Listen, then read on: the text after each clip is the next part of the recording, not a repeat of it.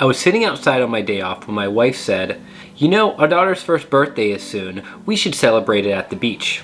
I immediately thought, no! What points will we use for this? We already used points for 2 vacations this year, and we have another one that we're going to be booking soon. This wasn't a part of our points plan.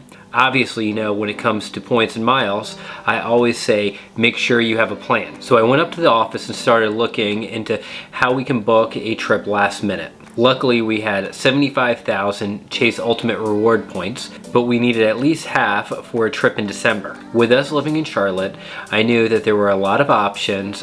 There's Hilton Head, Myrtle Beach, and all of the Outer Banks. I started to look for a trip on Chase's portal, but to find a beach resort anywhere in the Carolinas was going to use all of our points, if not more. I knew if we were going to be able to find a hotel using our points, it would be transferring our points to one of the travel partners. After a quick look, Marriott was out, and so was IHG. This only left Hyatt as an option for us to book a beach vacation for our daughter's first birthday. Now it looks to be more promising, where we were going to have enough points for this trip and our trip in December. But now we just had to find a Hyatt that was actually on the beach and not just nearby. After searching up and down the Carolina coast, we found one resort. That's right, just one resort on the beach. It's a beautiful hotel in Isle of Palms by Charleston called the Wild Dunes Resort. The resort was perfect. You can walk to the beach, an amazing zero entry pool,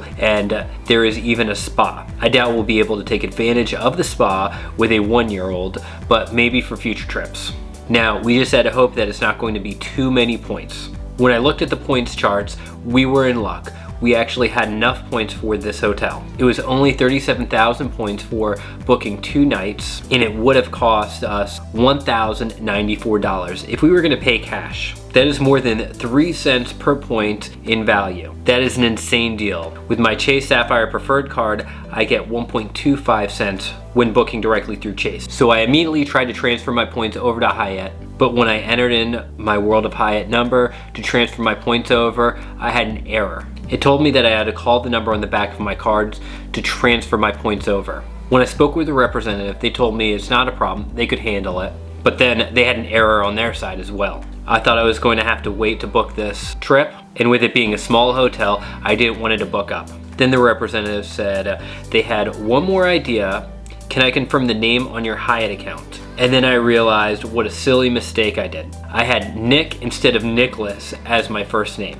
We were then able to get my points transferred over. The representative told me to refresh my screen and I should see all my points there. And what do you know, all 37,000 points were now in my World of Hyatt account.